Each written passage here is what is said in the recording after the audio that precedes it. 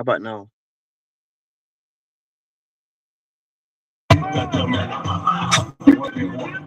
Madness. Any sound? Can you hear me? Can you hear me?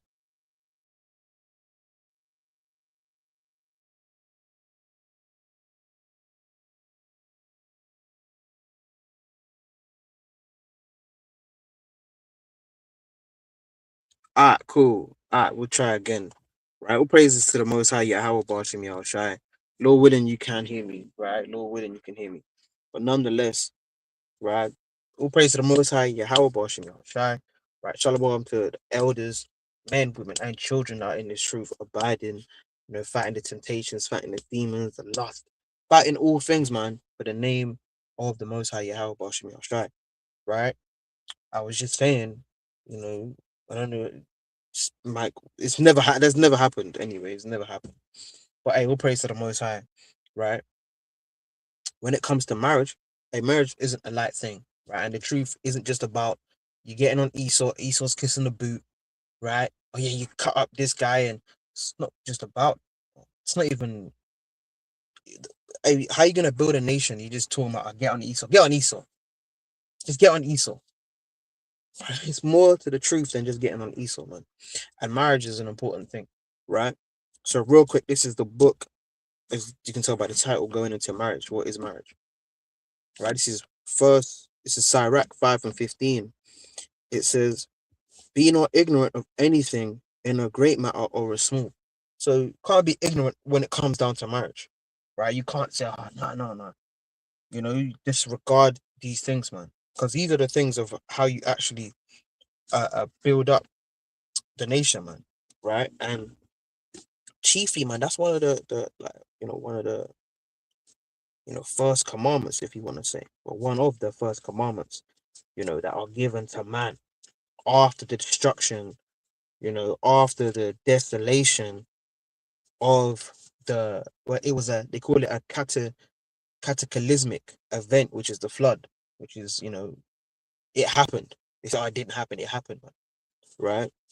So this is Genesis 9 and verse 1. And Yahweh blessed Noah and his sons and said unto them, "Be fruitful and multiply and replenish the earth." Right? So, hey, in this thing, man, hey, be fruitful and multiply, man. You know, and right, that's a weighty thing to do. Just like marriage, right? You're having children, right? Because essentially the consummation of laying down with a woman is the act of marriage, right? That is the act of marriage. So you say, "Oh no, no, no, no, it's not," right? You have to talk to her dad. And I'm not saying you don't, right? Let's not say that. I'm not saying you don't, right? You defo, right? But nonetheless, it's a be fruitful and multiply. So Ham, Shem, and Japheth, everyone comes from those nations, right? I'm not saying you don't. You want to do things decently and in order, man. This is First Corinthians 14 and verse 40. It says, "Let all things be done decently and in order." So essentially, you want to, you know, come into, if you've done it the right way, you know what I'm saying, right? Because you might have come into this truth, you was with this woman, and you come into this truth together. Hey, you telling her, "Look, this is what the precept says." You guys have come to an agree, because you agree, hey, we're gonna be together. We're both gonna be in this truth together, right? And that's a conscious decision you've made, and you got to deal with it, right? So let's go into that point of marriage, right? Because a marriage, like you say, marriage is it's a weighty matter, right? It's not just oh, like, yeah, that's just my girl, right? In the UK, man, they say, "Oh, that's my thing. That's my thing. That's my thing." Like she's just my thing. That's just my girl, like So I beanie, right? That's that childish spirit, man, right? We have, I don't know the statistics, but I want to say circle blacks, right? Hispanics, probably natives, right? We probably have a low marriage rate, man. Right, and that's from what you visualize, what you see. I walk around, a lot of people with single parents, and pushing buggies, and mothers by themselves. The dad's he's got 5 different baby moms, right? He hasn't settled down, right? So this is Hebrews 13 and verse 4. It says, marriage is honorable in all. So marriage is an honorable thing, right? Like I was saying in the chat, right? In our group chat, man, right? I had this demon at my work, man. Some vasectomy stuff, man. Right? They take your, I don't even know. I think they snip something, right? So it stops. You don't produce, right? You don't give seed, right? Which is it's madness, right? So marriage is an honorable thing, and the bed undefiled, but whoremongers and adulterers will Yahweh will judge. So whoremonger is someone they want to try every piece of bread. Yeah, I want this guy. I want this guy. I want you. And that's I say that for Eve, and I say that for Jake.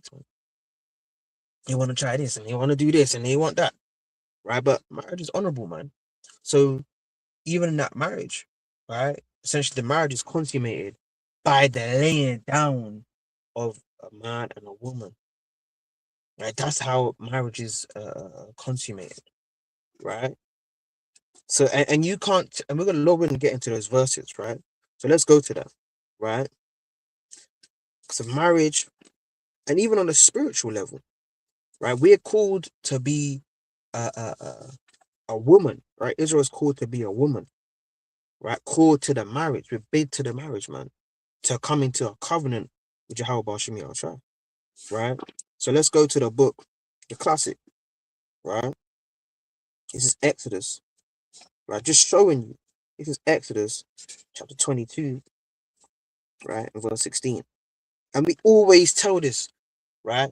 To the best of our abilities when we're at camp to the young sisters, man, right? Because these young sisters, they got to know this. It's accountability, right? I don't say that men are not accountable, but it's better that Eve knows this so that she isn't defiled. Jake's they'll use that and they're gonna, yeah, see, you lay down with this woman and they're saying, oh, see, look, the Bible says we're married now. She's gonna be scratching her head and say, excuse me, right? You got your fringes laid out, you're saying that welcome to the Hebrew Israelite life, right? That's some kind of trickery, man, right? Don't trying to use the precepts to deceive Eve, right? This is Exodus 22 and verse 16. It says, and if a man entice a maid that is not betrothed and lie with her, he shall surely endow her to be his wife. So you would have to pay a endow really goes back to the point of a dowry. You'd have to pay a dowry, right? Because the father saying, hold on, I'm losing a worker. In the ancient world, that's what would be happening. The father, right, of the woman, you drop game on, you kind of say, look, hey, I'm a righteous man, right? You're showing, kind of doing this, swinging your zeets around. You're saying, look, yeah, I've been keeping the commandments. I kind of, you know, and I want to lead you, I want to, these things, right? In righteousness, right? And it's not off. You can't say, oh, well, you can't speak to women, right? Hey, how you gonna you can court in righteousness. And you can prove a friend. They say, oh, you can't court a woman. Obviously, Matthew, 6, man, you wanna obviously set your mindset, focus on the spiritual things first and foremost.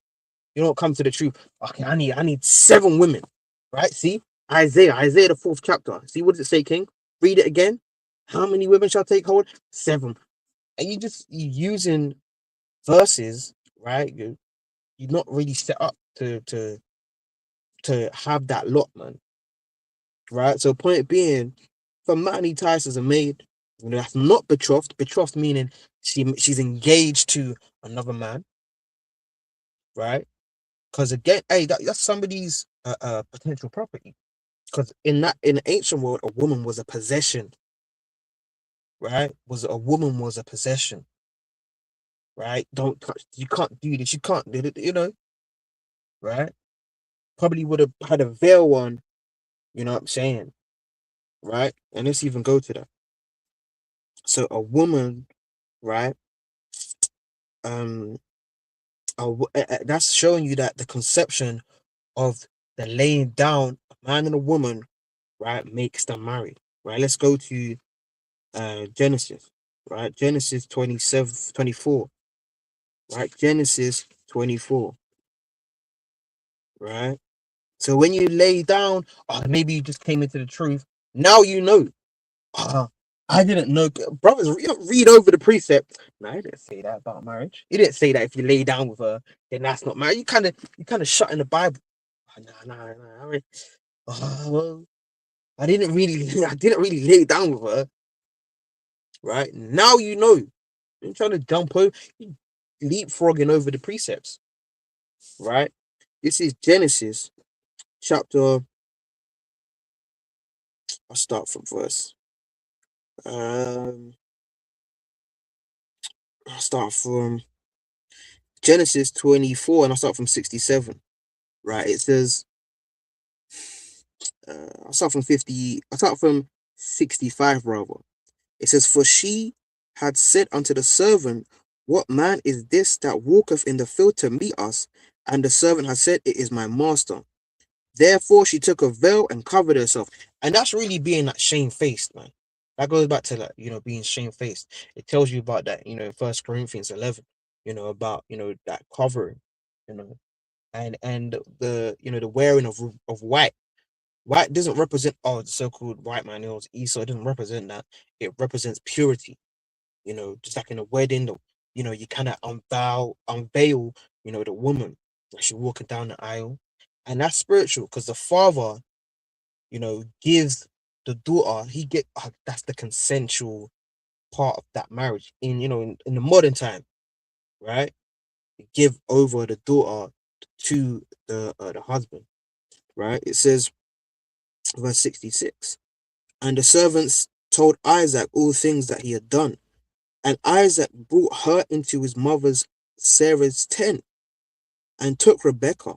So does it mean, oh yeah, they weren't playing uh, uh um dice, right? They weren't playing some kind of twister, right? Or you know, right? When it says that he took her, right? What does that mean? Right? When it says that he took her, it means they laid down, right? Yeah, he took her into the, because essentially a tent, like the forefathers, right? They were essentially like nomads, right? They would travel like the tabernacle. When you read Numbers from Numbers 1 maybe to even Numbers 10, it tells you how Israel would they pitch forward, they would move here, they move there, and they would kind of have the tents, right? So essentially, your tent, right, would be uh, it would be your abode, right? Just like in the book of, just a quick precept. This is Leviticus chapter 23, right? And it says about dwelling in booths. Your tent would be that would be your house, right? In Feast of Tabernacles. So that would be your abode. Right? This is Leviticus chapter 23, and I'll start from verse number Leviticus 23, and I'll start at verse 42. "Ye shall dwell in booths 7 days. All that are Israelites born shall dwell in booths." So Israelites, the booths, that'd be, that's treated as your home, right? When you're keeping the Feast of Tabernacles, right? That would be your tent is your abode. The same way it represents you as spiritually, your tent is your abode, right? Or where you would be staying. So that's why we read in Genesis, right? See that? When you read in Genesis, right, you're good. This is Genesis 24 and verse 67. "And Isaac brought her into his mother Sarah's tent and took Rebekah, and she became his wife, and he loved her. And Isaac was comforted after his mother's death." Because I think when you read Genesis 22 or 23, I think it's 23, uh, Sarah had ate, she'd, um, Salakia, um, yeah, Sarah, which was the wife of Abraham, and she'd passed away, right? So it says Isaac was comforted after his mother's death. So it says she became his wife. So the point of concept of her becoming his wife was what? When he took her, right? And yo, that's how she became the wife of Isaac, right? And you obviously had the, like a feast. A feast isn't the marriage though. That's what Liz. Don't make a doctrine out of one verse. Are you reading Tobit, 8th chapter, 7th chapter? Are they 14 days? All right, you want to do that? Why are you not having a 14-day? Why are you not having a 14 day a feast then, man? Oh, they had the instruments of covenant. And where was the instruments of covenant in Genesis, the 3rd chapter? Where was it at?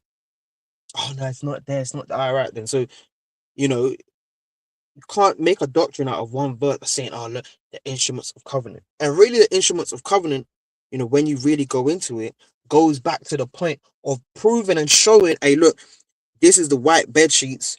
This is the because it's a blood covenant essentially." Because a woman's cherry would be popped, which really goes. I believe it's going into some science, where I believe that's the hymen that would break, right? And the blood obviously comes from there, and that would be on the covers, and they would prove that, say, look, this is my, this is the proof that she was a virgin, because they were trying to scam people, man. Oh yeah, like you know, they might have done a deal, telling the daughter, okay, look, they just say you're a virgin, say you're a virgin, right? And virgin, it has in context meanings, right? And we're Lord willing, we'll get that point, right? So people were doing that. So when you read in this earlier in this chapter, this is Genesis 24, and I'll start from verse, let me see, 53. I start from Genesis 24 and 53. And the servant brought forth jewels of silver and jewels of gold and raiment, and gave them to Rebekah. He gave also to her brother and to her mother precious things, and they did eat and drink, he and the men that were with him, and tarried all night. And they rose up in the morning, and he said, Send me away unto my master. And her brother and her mother said, Let the damsel abide with us a few days at least. After that she shall go. So she wasn't his wife at this point, right? She wasn't the wife of Isaac at this point, right? So, and you would have agreements, a dowry. They pay, give this, and they ask for this, and right, some of the girls in my work, man, they would tell me, in Islam, right, or Muslim backgrounds, right, that the woman, and she can ask if she wants, she can say like, I want a house, and that man, he does that. That man has to give that, right? So that's why marriage, it was a weighty thing. Well, I guess today, man, today marriage is treated like it says about, it's treated like hold'em, man. When you get married, people start doing this and they're taking their ring off. They go to certain places and they're doing this. They put their ring down. Oh yeah, I'm single tonight. And they get home and they put it back on. And not that a ring symbolizes that, just to throw that out there, but that's the idea that people have, right? Because even I'll go to Genesis 6 quick. Right, this is Genesis chapter 6. It says Genesis 6, and I'll start from verse number 2. Just a precept is to show that when it says that um Isaac took Rebecca, he didn't took her, or he didn't take her to play down Ringa Roses. Right? This is Genesis 6 and 2. That the sons of God, and the sons of God go back to a lineage. You read Genesis 5 for that, right? You can literally read Genesis 5, it'll tell you who they are. Right? It says that the sons of God saw the daughters of men, that they were fair. So the daughters of men, that's the heathen. Right? The daughters of men, that's the heathen. It says, and they took them wives of all which they chose. So when they took wives and they laid down with these people, right? That's what when it's saying they took them, right? It says, and I'll go. Let's go into it, right? So a marriage is an important thing. Let's see what turn this light, right? See that? Mhm. So marriage again, marriage is an important thing, right? Marriage isn't based. Oh yeah, they had a ring. Hey, where's that in the precepts? Right? Where's the precept? Oh, they had a ring, right? I believe if you go into the history of it, I believe it says that they would off the top of my head that they would give like I feel like nose rings, I think earrings, like these kind of things. I don't know if that would be a gift, but in the sense of showing, okay, look, this is a ring that proves your marriage. Doesn't do that, right? You don't read that in the scriptures at all that it was used to do that. Right? Let me get a precept in the book of Sirach, right? Chapter, I want to say 7 and 25. Right? Yeah, this is the book of Sirach, chapter 7, and I'll start from verse number 23. It says, "Hast thou children, instruct them and bow down their neck from their youth." So when you have children, hey man, trying to do that, man. Right? Meaning what? I mean, literally put their neck in some damn kind of cow thing and they walk around in a circle. Right? It means they get onto them. Right? You have to be tough on your children, man. Right? Obviously, you have the contrary part where your rib may have that motherly essence, but you got to be real with your children, right? Otherwise, they just, you know, right? It's because you look at the children today, man.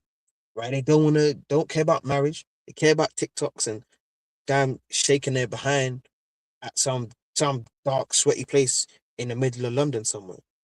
Right? It says, verse 24, "Hast thou daughters, have a care of their body, and show not thyself cheerful toward them."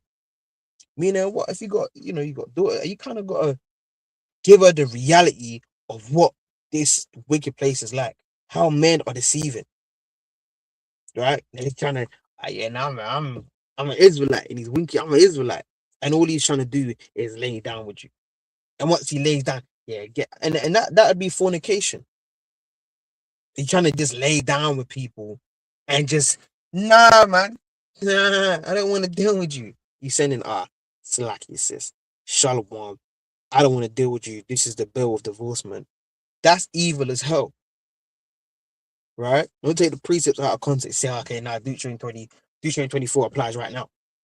This is the bill of divorcement, right? Yahweh Shai clarified what that was speaking on, but we'll read on. This is Sirach 7 and 25. "Marry thy daughter, and so shalt thou have performed a weighty matter, but give her to a man of understanding." So, hey, marriage is a big thing, man. Marry thy daughter, right? So you just marry for fun. You have to be, and that's why when it comes, even when we read Leviticus 21, we'll get there, Lord willing. It tells you about the a Levite, and he would essentially marry another Levite woman, and she couldn't be defiled with nothing. She would have to be perfectly clean. No man could have even looked at her.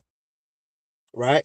I'll read on. It says, Sirach 7 and 26. "Hast thou a wife after thy mind?" Because even brothers, right? You- quick precept, man. Right?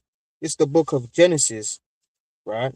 And we had a very, very, very just diabolical conversation with a Trinitarian, right? And I'll break down the point he tried to make. It's Genesis 2, and I'll start from verse number 23, I believe. It's Genesis 2 and 23. I'll start from 20 21. It says, "And the Lord caused a deep sleep to fall upon Adam, and he slept, and he took one of his ribs and closed up the flesh instead thereof." And this is parabolic, right? You say, "Oh, right? It literally happened, right?" When you read, I believe, First Samuel 5, it goes into, the flesh of my flesh, bone of my bone, right? Goes into just a lineage, right?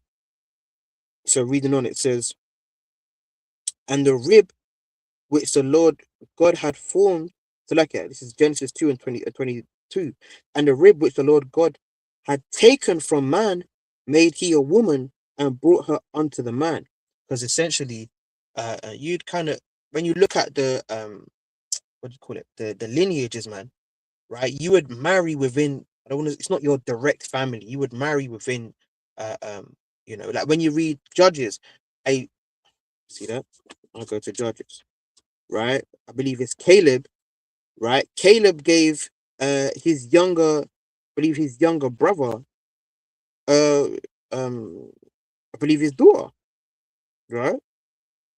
Let me get that. I believe that's in the book of Judges 1.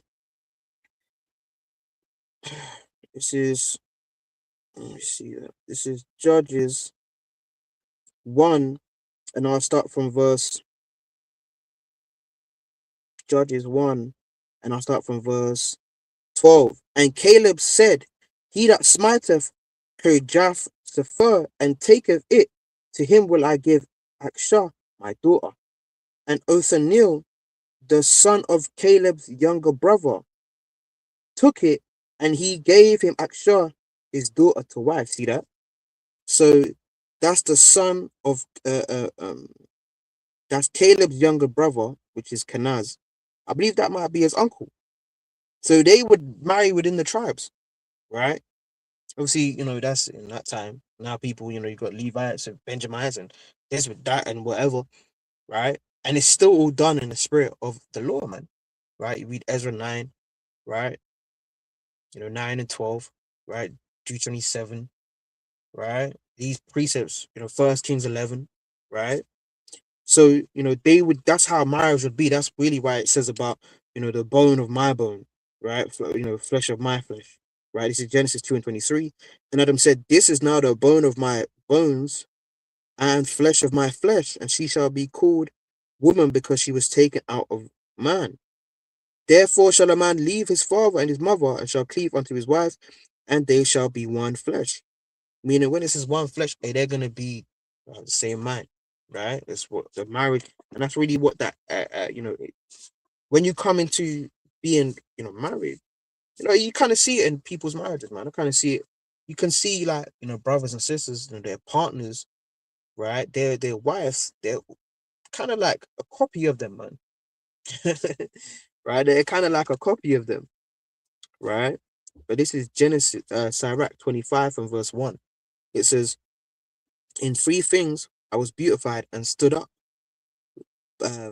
beautiful both before God and men, the unity of brethren, the love of neighbors, and Salakia, a man and woman that agree together.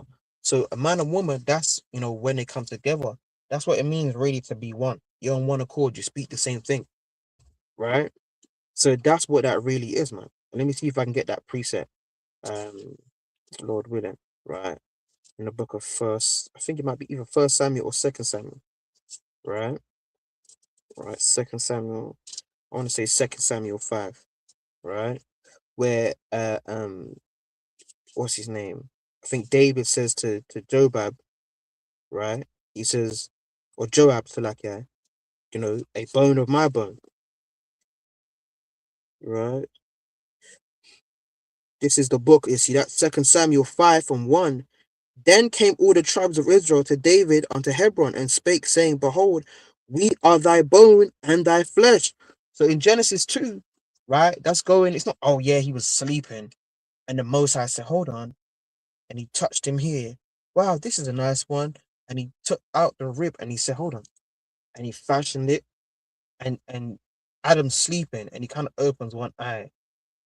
Like, it's this damn operation. Right? No, that's not what I was talking about.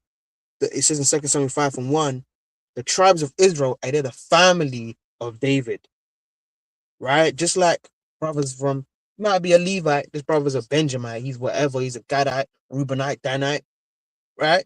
You say, okay, these are the bone of my bone, the flesh of my flesh, because we descend from Jacob, right? So again, hey, that's marriage, man. Right? Marriage is the concept you lay down, right? So let's go to another precept in Genesis, right, brothers? People saying our sex isn't marriage, right? But then you'll say, and this is the confusion, right? Some people, some false doctrines, people saying, "Oh, sex isn't marriage." But listen to this now. They'll say sex isn't marriage, but then sit there and upload a video and tell you, "Oh, yeah, sex isn't marriage." But when you ask them about Mary and Joseph, what are they gonna say? What do they say about Mary and Joseph, right? What do they say about that? Did they say, okay, what made them two married? What are they gonna say? Or they lay down before, right? So is that not sex is marriage then? So that's the thing. You gotta watch out for these false doctrines. Oh yeah, sex isn't marriage, right? And it's like it says in Sirach 7:25, it says, give her to a man of understanding. Because essentially, as a father, you can't just say, okay, yeah, some guy he turns up, he's an Israelite, he's got half his fringes on, right? He's scratching his head, right? He's smelling like God knows what. He's in your house, right? And your daughter saying, yeah, I want to marry him. Yeah, can't, I want to marry him. You might say, Salaki, you kind of might say, oh, Salaki. Kind of might say, oh, okay. Now you kind of finger precept. You're saying, prove a friend. You kind of say, slack it. Can you step outside? He said to the son. He said, cause son will be his bun, right? But I don't know how you would use it in the context. Kind of say, step outside. Just do so. Slack. Talk to your daughter, and you say, this is not a man of understanding. Because remember, you're known by your countenance. You're known by your look, right? So even men, you can't just be trying to get married. You're just like a bum, right? Oh yeah, trying to get married. Right? You look, hey, and firstly, hey, like I said, hey, these things, hey, they'll come to you, man. Right? You trying to force it. I need a wife now. Right? I came into the truth yesterday. I need a wife in 7 days. Remember, the Lord made the earth 6 days. The seventh day he rested. So I came into the truth 6 days ago. Tomorrow I'm gonna find a wife. Oh, shimmy, how shy. Right? And he goes to sleep like this. Right? This is Genesis chapter 36. Right? And Genesis 36, right? It right, like it says, Hebrews 13:4, right? You can lay down with your woman, right? And again, that's a good, and we mature, right? That's a good a thing to do, right? That's a due benevolence, right? That is, dopamine is released, stress, and these kind of things. That's the honorable thing about marriage. But if you're a whoremonger, you're laying down with everyone, you're a bad bee, you're UK baddies, and you're doing this, you're doing that. And that's a freak off, right? Like some Diddy stuff, man, right? But this is Genesis 36, and I'll start from not verse 6, so like, yeah, I don't say 30, so I think it's 38 to do with Onan, right? Because, and people say, multiple wives is not described it's not prescribed in the Bible, it's described, it's prescribed. You're commanded in Genesis 20, no, in Deuteronomy 24, if your brother, right, I believe it's Deuteronomy 24, if your brother is he dies without having any seed, you, as the younger brother, you would have to raise up the seed, right? You would have to raise, I believe I don't know if it's a younger or older brother, but the brother would have to raise up seed, right? That's what you read about that in Ruth. You have to raise up seed. I say, no, no, no, no, I don't want to do that. I don't want to do that. Hey, that's childish, right? This is um the book of uh Genesis, chapter 38, and I'll start from verse. I'll start from verse Genesis 38:6. And Judah took a wife for his firstborn, whose name was Tamar. And Judah's firstborn, was wicked in the sight of the Lord, and the Lord slew him. And Judah said unto Onan, go up into thy brother's wife, and marry her, and raise up seed to thy brother. So the going into that shows you're not show sex isn't marriage. That literally shows you right there that you going into the woman, right, as a man, that makes her your wife. And that's a commandment. This is a commandment, right? It says, because he would have to raise up seed so that that the brother, right, could come back into into the earth, essentially, through the regeneration, right? He would come back through that seed, man, because that would keep that's what would keep the seed going. Because then if he has a son, right, then he has a son. That the son that was born, then he has a son. It'll like it says, the seed. It says in Ecclesiastes 4:16, there is no end of the people. I believe it is, right. So it says, Genesis 38 and verse 8. And Judah said unto Onan, go up into thy brother's wife and marry her and raise up seed to thy brother. See that? So the marrying her is the laying down with her, right? And the reason why it's permissible, right, is because the husband, he was dead, right? The husband, he was dead, right? And we'll get into that as well. Because the woman is bound by the law to her husband except he be dead. Right? You might have come into this truth, right? Maybe you've had whatever, you had this person, whatever, how many people, right? You repented, you're not doing that no more, right? Let me get the precept on it. Right? You're not doing that no more. Hey, like it says, hey, the Lord, hey, you can wipe your slate, man. Right? This is Sarah. This is um this is the book of, where is it? This is Acts chapter 17 and verse 30. And the times of this ignorance God winked at, but now commandeth all men everywhere to repent. Repentance is only for Israelites, right? Just to clarify that. You can read Acts the 5th chapter, right? That's for Israel. So the all men here is Israel. Let's not do that, right? But it says you might have had that situation on you. Was with that person, whatever. Many marriages. How many people am I married to? Hey, well, in ignorance, you've done that. But now, now that you know and you do better, it's pretty straightforward, man. Right? And I get another precept on that. This is 2 Corinthians chapter 5 and verse 17. It says, therefore, if any man be in Hamashiach, he is a new creature. Old things are passed away. Behold, all things are become new.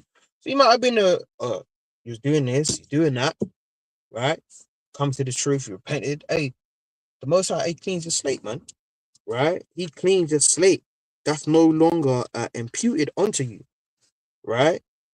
You didn't know that. You didn't know about this. You didn't know about the laws if you lay down with a woman. Now you know. Hey, that's on you. You got to deal with it. I said, nah. I didn't know, King. I didn't know. I know you knew, man. You asked the brother, did you ever read the precept of uh, uh, um, Genesis 38? Did you read it? Did you read Deuteronomy 24? Did you read this? Did you read that? He's saying,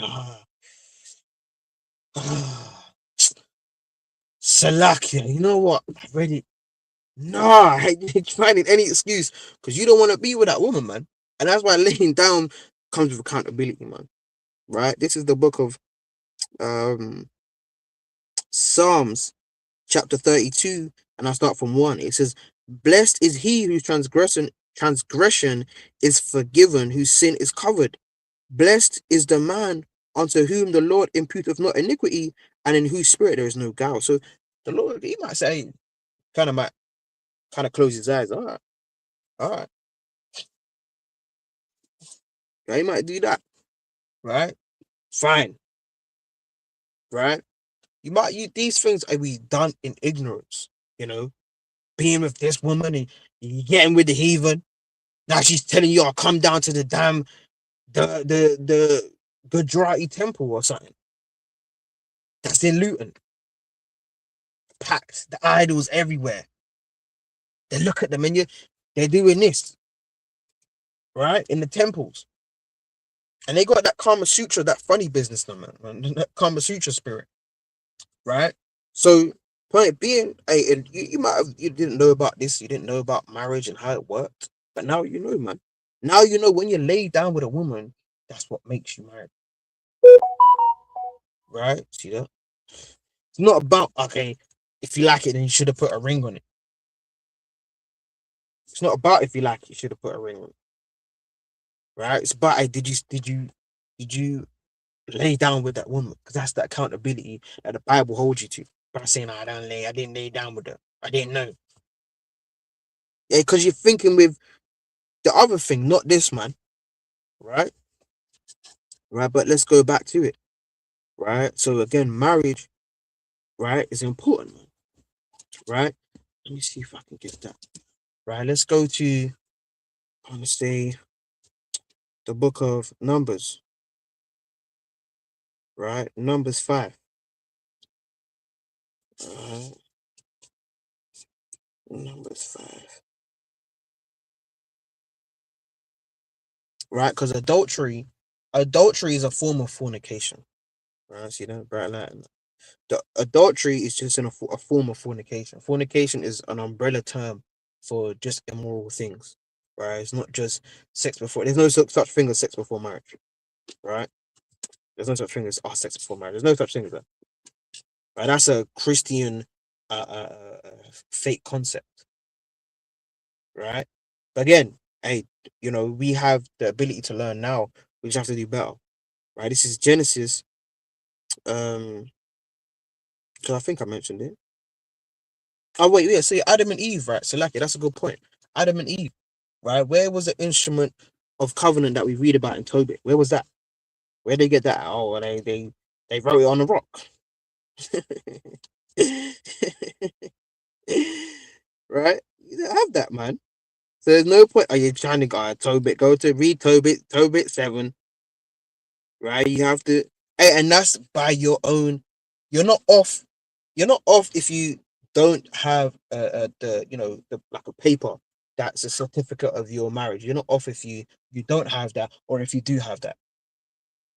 The way that marriage was done in ancient world was a man laying down with a woman, right? So this is Tobit chapter 7, and let's start from Tobit 7, and I'll start from verse um because they would have feasts as well. Like I said, you had feasts. People would feast before that, but that's not the marriage. You'd have a feast like in John 2, right? This is Tobit 7, and I'll start from verse 10. For it is meet that thou shouldest marry my daughter. Nevertheless, I will declare unto thee the truth. I have given my daughter in marriage to 7 men who died, and there's no sin in that, because those men are dead, right? Which we'll get into. Who died that night they came in unto her. Nevertheless, for the present be merry. But Tobias said, I will eat nothing here till we agree and swear one to another. Because that's that oath. Yeah, I promise, I swear by Yahweh, I'm going to give you my daughter in marriage. That's an oath. They say, oh, no, no, no, no, I don't want to. You've made an oath, though, man. And you read Numbers, the 30th chapter. When Ecclesiastes 5, right? You made an oath. You can't break that oath, right? Reading on, it says, verse 12, Ragul said then, take her from henceforth according to the manner, for thou art her cousin, and she is thine, and the merciful God give you good success in all things. Right? See that? And that goes back to the flesh of my flesh, bone of my bone. Then he called his daughter Sarah, and she came to her father, and he took her by the hand and gave her to be wife to Tobias, saying, behold, take her after the law of Moses, and lead her away to thy father. And he blessed them. And called Edna his wife, and took paper and did write an instrument of covenants and sealed it, and they began to eat. So what was that then, man? Right? The instrument of covenant might have had, you go to like registries, man. They call it a registry, right? Again, you two or three witnesses, right? You don't be fooled by this world, man. You're trying to have 10,000 people at your. I saw, I think it's Logan Paul. He said he paid £4 million or £7 million for his wedding. £4 million. You know what I could do with £4 million, right? You know what I could do with £4 million. I could do a lot, man. I could do a lot with £4 million, right? Pay my bills off, right? Pay this, pay that. Set up a investments, right? Some kind of buy a building, right? It could do so much. But this demon, oh yeah, 4 million, 7, however much it was. That's how much he spent. You don't need to do all of that, man. For don't be fooled by how the society has accustomed you to think. Oh, you need, right? In my so-called culture, They have like bare people dancing on the entrance. They're walking into the wedding and they're doing this, and hey, that costs too much money. And there's fireworks, damn, going up, doing this. You're walking in, and that's madness, man. That's madness, and it's an inconvenience. You're gonna do all of that to then go home. About half the money, people might give you gifts and this and that. Hey, I don't need that, man. Right? So they had a feast, right? And the covenant, again, that covenant goes back to a registry. You might go to a registry, you sign the papers, or because again, and that's why you want to uh, um, use this place. Don't abuse it, because let's say go to the doctors. They they asking, we're gonna do this, we're gonna do that. We don't know if we should do this. We're gonna check, right? If you're not her husband, or she's not your partner, or you're registered as your wife, she can't defend you. They're gonna say, "Hey, shut the hell up. You're not his whatever. You don't have whatever so and so." So they'll do what God knows what. So that's why you gotta be wise in this place, man. So it says, verse 16, and Ragul called his wife Edna and said unto her sister, prepare another chamber and bring her thither. What do you think the chamber's for, man? The chamber is for them to lay down in, right? They would lay down, and that would consummate the marriage, right? And even a precept in the book of Songs of Solomon, right? When you read Songs of Solomon, it tells you about the valiant men, right? I believe it is, right? Let's see if I can get that. All right, bear with me. This is a new Bible, right? This is Songs of Solomon. Let me see. To I want to say it's definitely in Solomon, man. It's definitely in Songs of Solomon, if I can find it. Right, where is it? I'm in Ecclesiastes. You see that? Madness. Salakia. Right.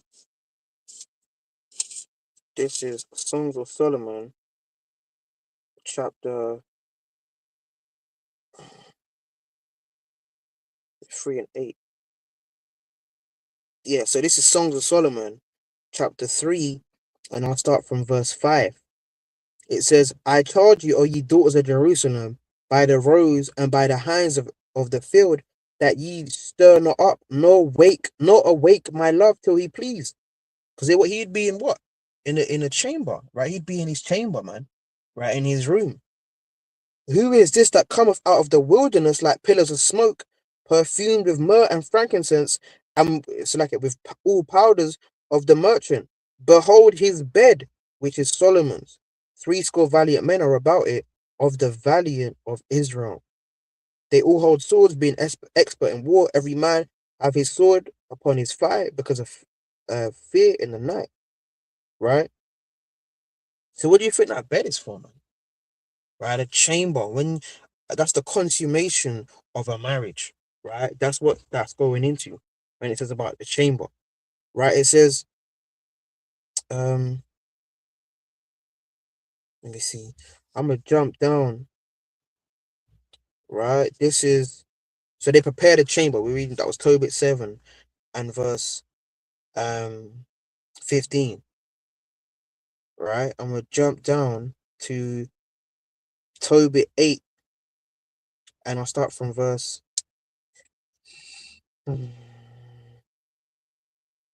Let me see. Yeah, so this is Tobit 8 and verse 9.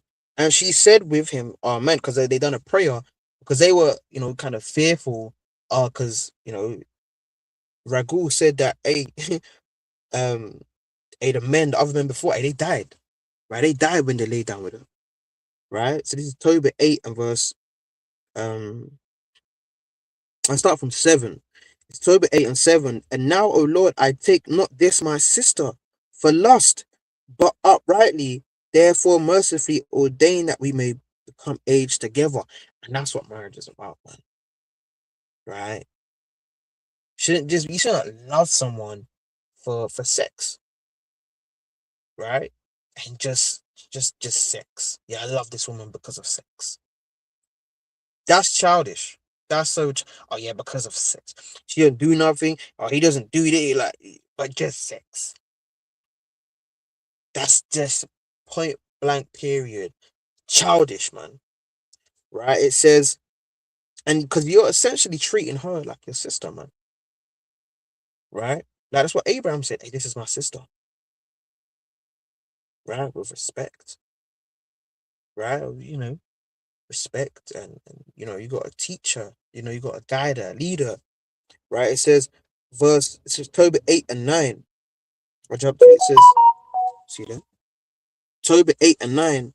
So they slept both that night. So what do you are they just hey that's the laying down. And Ragu arose and went and made a grave. See that? Saying, I fear lest he also be dead. So they kind of thought, oh, he's gonna die, right? But hey, they were both alive, man. So,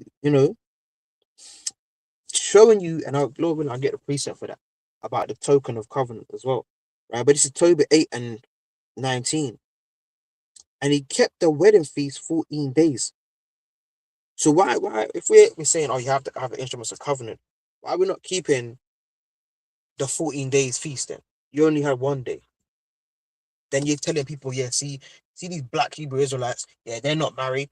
He just laid down with her.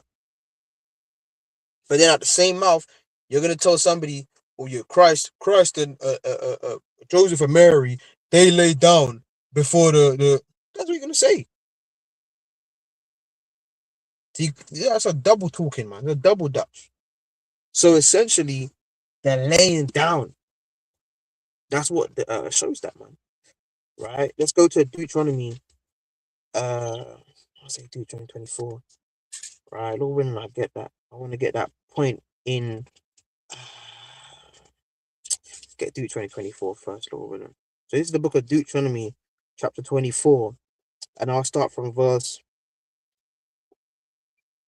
Um,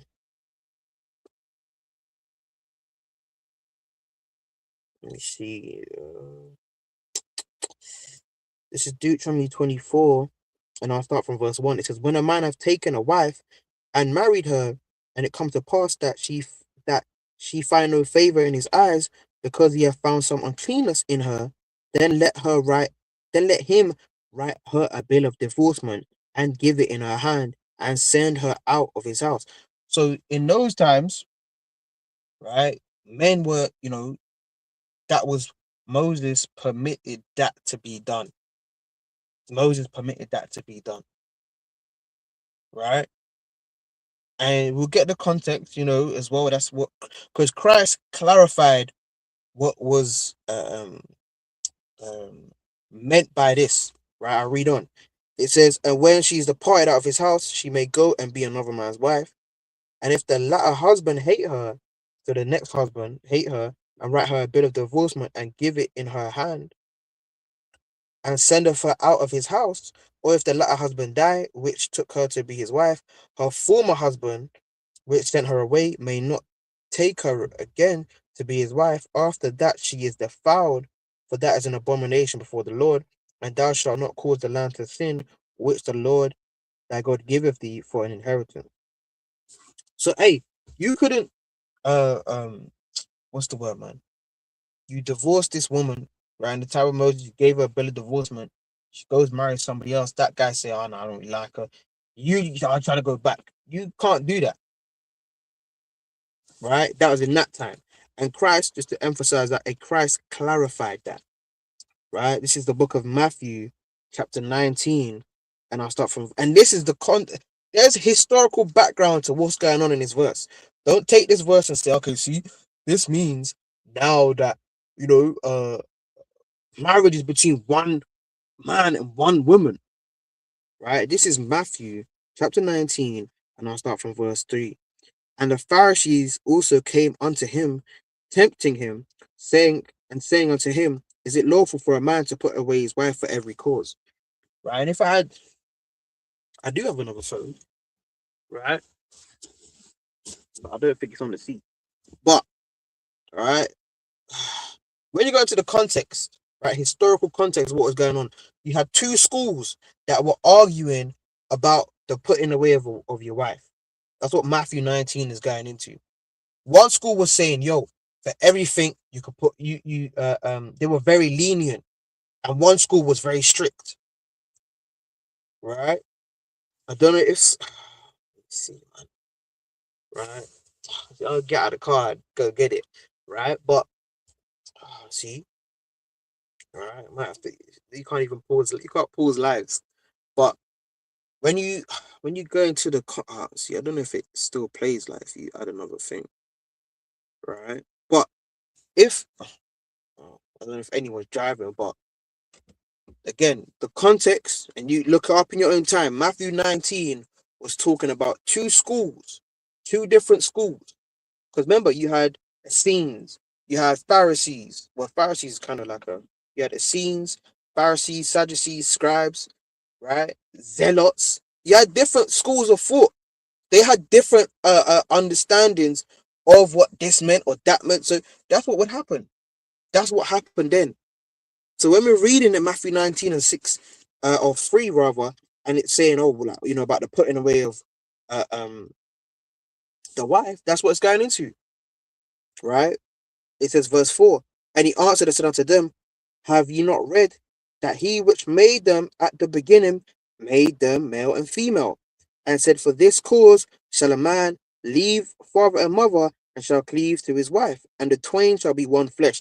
This doesn't mean, oh, this doesn't mean, okay,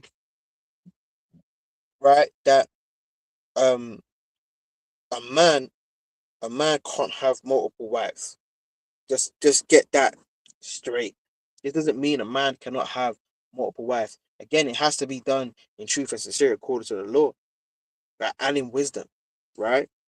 Doesn't mean that. It's saying the man and the woman, a man and a woman, they that come together to come to be married, hey, that's one. They would be one flesh, right? A man and that same man, he goes and marries another woman, right? Now you're gonna try and sit there and say, Jacob, he sinned. He had multiple wives. He had this, he had that. Moses, he had this, he had that. Right? So reading on, it says, wherefore they are no more twain, but one flesh. What therefore God have joined together, let no man put asunder. Because that's saying, right? Divorce, again, that was, well, we're gonna clarify anyway. Christ is gonna clarify that further on. A man and a woman being together, what's supposed to be no divorce. That's what you're gonna read later on. What's supposed to be no divorce, right? The only way a woman and a man should be divorced. Well, it's not even divorce. It's you die of old age. Maybe she dies or you die. That's what's gonna separate you. Not because you smell her, she stinks, and you give her a bill of divorce. It shouldn't be like that, right? Reading on, it says, verse 7. They say unto him, then Moses? Why did Moses then command to give a writing of divorcement and to put her away? He saith unto them, this is the reason why Moses done that. Moses, because of the hardness of your hearts. So because they were stubborn, right? Stiff necked. Suffered you to put away your wives, but from the beginning it was not so. So the context is not talking about having another wife. Right? So beware these false doctrines, man. Right? That's a false doctrine. Right? So the the context is the putting away. The context of when it comes to marriage is the putting away. It's not about having another woman. It's about putting away. That's the context, right?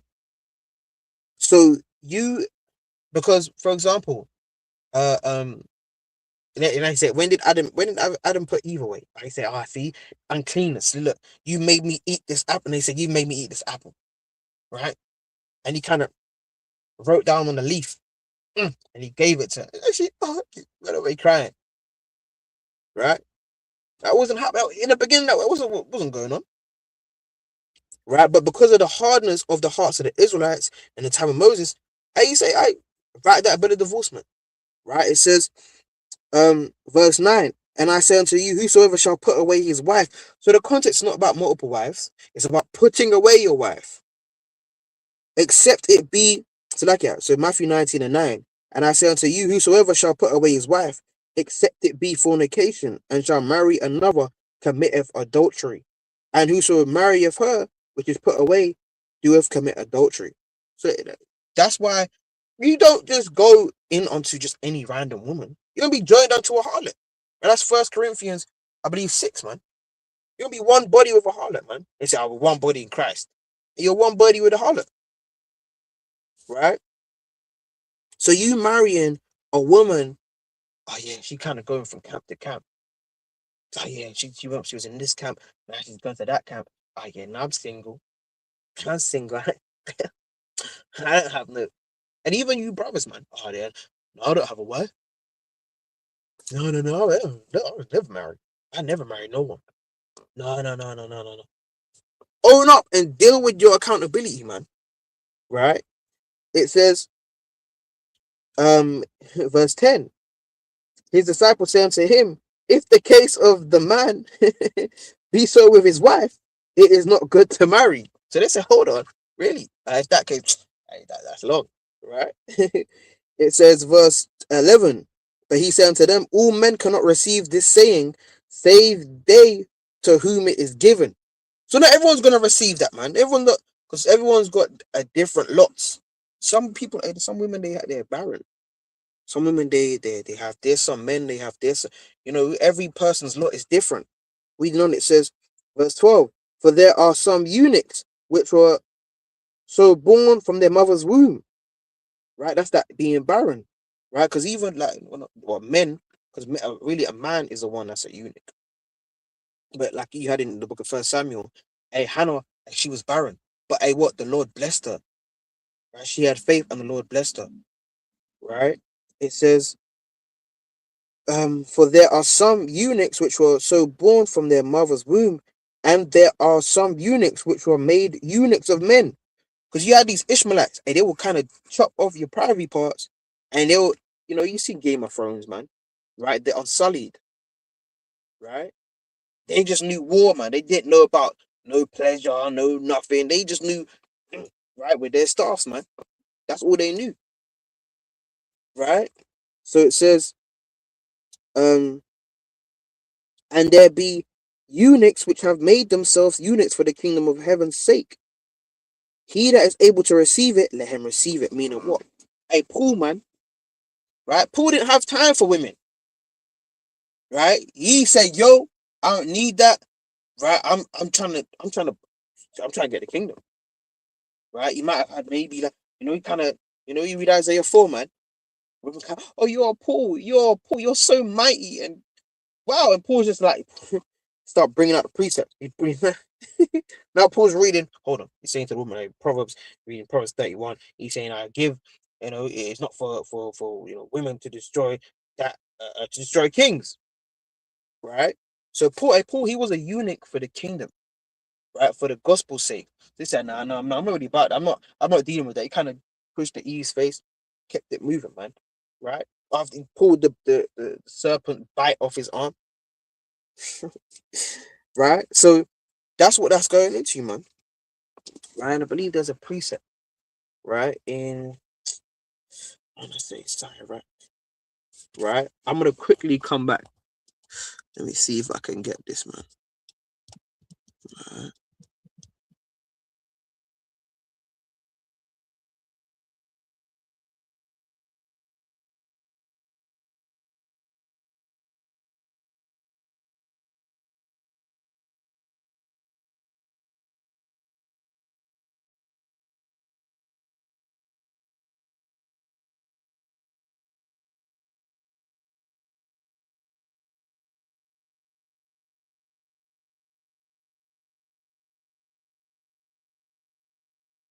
25. Can't. All praise to the Most High, right? Because I wanted to get a precept on that, right? On that bill of divorcement in Sirach 25, which I kind of had a feeling it. Sirach 25, Sirach 26, Sirach 36. They kind of go into the whole thing of like women, right? And like marriage, right? It's Sirach 25 and verse 26. Yeah, going back to that point of why they would give the the bill of divorcement, going back to Deuteronomy 24. Right, this is Sirach 25 and verse 26. It says, if she go not as thou wouldest have her, cut her off from thy flesh and give her a bill of divorcement and let her go.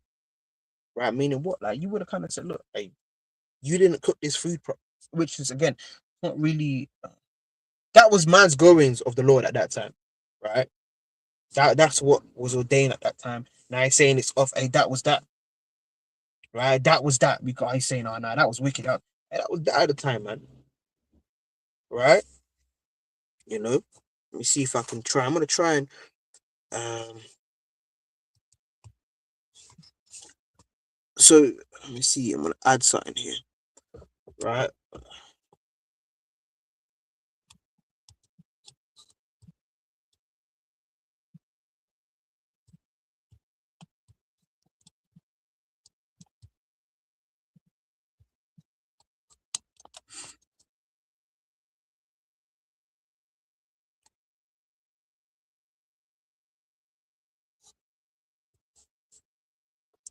Right. So, hey, all praise to the Most High. So I just copied this. Right. I'm gonna try and put it in the chat. Right, and then I'll tap it, and then it'll come up. Right. So look. So this is the point. When you search of what was happening in that time, right? So it says, where is it? Nah, it's not that bit, man. Now they're jamming which part I'm showing. Right? Let me see. Right?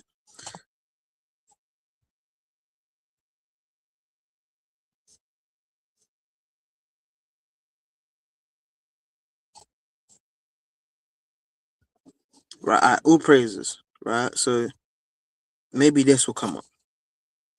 So that Matthew 19 and 6, right? This is what it addresses. Look, right? So the statement directly addresses a first century Jewish, right? We know what we mean. A first century Israelite dispute between two rabbinic schools. You had Hillel and you had Shammai, right? And I think Gamaliel came up under one of these two schools regarding the grounds for divorce by anchoring marriage in divine creation. So that's what was being addressed in Matthew 19, right? When it comes to the whole concept of marriage. So marriage again goes back to the act of the man and the woman and they lay down together, right? Right, and let's go back to that, man. Right, going back to Deuteronomy 25, how you be commanded to raise up seed. Right, that's a law. Right, this is Deuteronomy 25 and 24. 25. Yeah, this is Deuteronomy 25, and it even says, when you read the Bibles, it will tell you, right? So I'll come and I'll bring it off. So in the Bible, it says in Deuteronomy 25 and verse 5, it says, law about keeping family lines. Right, those lines are what? The lineages. So this is Deuteronomy 25 and verse 5. If brethren dwell together and one of them die and have no children, the wife of the dead shall not marry unto a stranger. So they couldn't say, "Are you both Levites?" Now, you, you know, your brother's a Levite. He died. His wife was a Levite. Couldn't say, "Okay, give her to the Benjamites." Couldn't do that, right? Reading on, it says, her husband's brother shall go into her and take her to him to wife and perform the duty of her husband's brother unto her. So he would take her to wife by laying down with her, and he would raise up the seed. It says, and it shall be that the firstborn which he beareth shall succeed in the name of his brother which is dead, that is that his name be not put out of Israel. See that? So that's what would happen when it came down to the performing the act of raising up seed, like we read in Genesis 38, right? So, let's see if I can get another one. Right, let's go to Leviticus. Right, let's go to Deuteronomy. Right, first Deuteronomy 23. Right, a classic. Right, you don't want to have that whoremonger spirit, man. Right, you're not all bread. Right, this is Deuteronomy 23 and verse 17. It says, there shall be no whore of the daughters of Israel, not sodomite of the sons of Israel, straight up and down. We don't need an exegesis and a 5 paragraph explanation for what that's speaking about, right? The Lord made it plain upon tables with that, right? So all praise to the Most High, right? Let's go to Leviticus chapter 21, right? This is Leviticus chapter 21 and verse. This is Leviticus 21.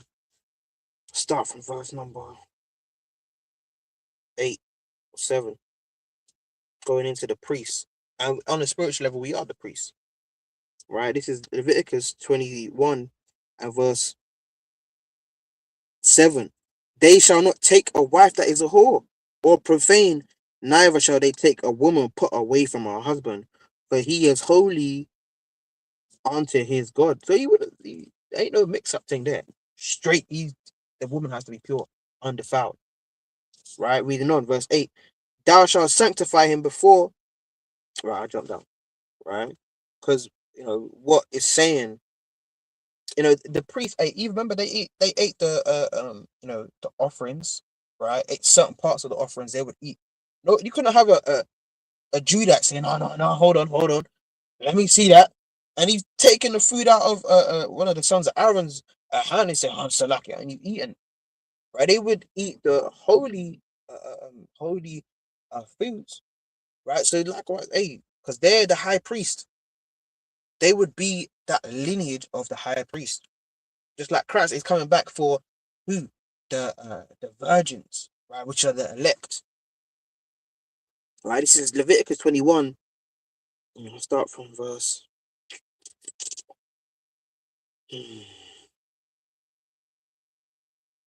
Right? That's all right. We'll keep that there. Right? So let's go to the book of Jeremiah, chapter 3 and verse 1. It says, they say if a man put away his wife, and she go from him and become another man's, shall he return unto her again? Shall not the land be greatly polluted? Right? Because man up. You're not gonna take, someone defiled your woman, right? Committed adultery, some lewd act, right? Or some kind of lesbianism. He said, I'll take you back. I want to get involved. That's off, right? We're gonna go back to that, right? Because the land is polluted now. It says, but thou hast played the harlot with many lovers, yet return unto me, yet return again unto me, saith the Lord. So that's going into, the second clause of that is really going into Israel. When you read Jeremiah, Ezekiel 16, I believe it is, where Israel is compared to a woman playing the harlot, going from this place to that place, and you're doing this and you're doing that, right? That's a harlot, man. Right? Let's go to the book of, let's go to, we'll go to Romans. Say Romans, maybe Romans 7, right? This is the book of, okay, so I'll say Romans. It's the book of Romans, chapter 7, and I'll say Romans 7.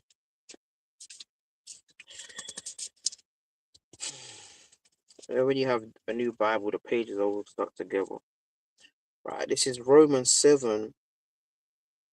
7.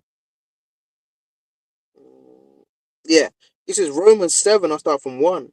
It says, know ye not, brethren, for I speak to them that know the law, how that the law have dominion over a man as long as he liveth. For the woman which have an husband is bound by the law to her husband, so long as he liveth. But if the husband be dead, she is loosed from the law of her husband. Right? See that? So I read on, it says, so then if while her husband liveth, she be married to another man, she shall be called an adulteress, because that's the see the idolatry. That's adultery. But if her husband be dead, she is free from the law, so that she is no adulteress, though she be married to another man. Right? So, you can't say, oh, he's not here, and certain camps, man, they're saying that, man. Oh, He's spiritually dead. Yeah, you gotta leave him. You gotta leave him. Right? Keep the precepts in context. Right? This is First Corinthians, another one. Right? This is First Corinthians chapter 7. Um, and I'll start from verse.